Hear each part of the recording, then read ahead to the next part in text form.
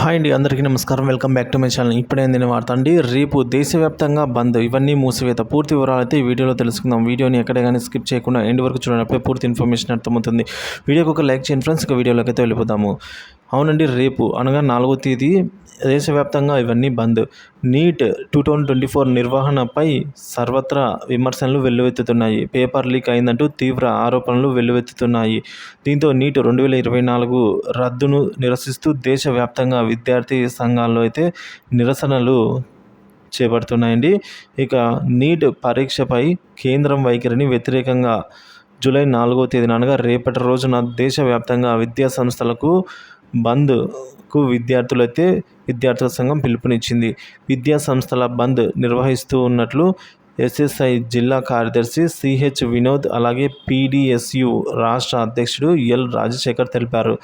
బంద్ను విజయవంతం చేయాలని పిలుపునిచ్చారు. నీట్ పరీక్షను వెంటనే రద్దు చేయాలని డిమాండ్ చేశారు. కేంద్రం నిర్వాహకం వల్లే లక్షలాది మంది విద్యార్థుల భవిష్యత్తు ప్రమాదంలో పడుతుందన్నారు.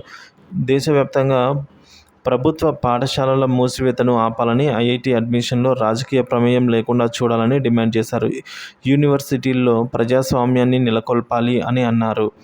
సో ఈ విధంగా నీట్ ఎగ్జామ్ కోసం రద్దు అండి. సో రద్దు చేయాలి నీట్ ఎగ్జామ్ను, పేపర్ లీక్ అయింది కాబట్టి. ఈ విధంగా ఆరోపణలు తీవ్రంగా వెల్లువెత్తుతున్న సందర్భంలో విద్యార్థి సంఘాలందరూ కూడా రేపైతే బంద్కు పిలిచారండి. దేశవ్యాప్త బంద్ అయితే ఇవ్వడం జరిగింది.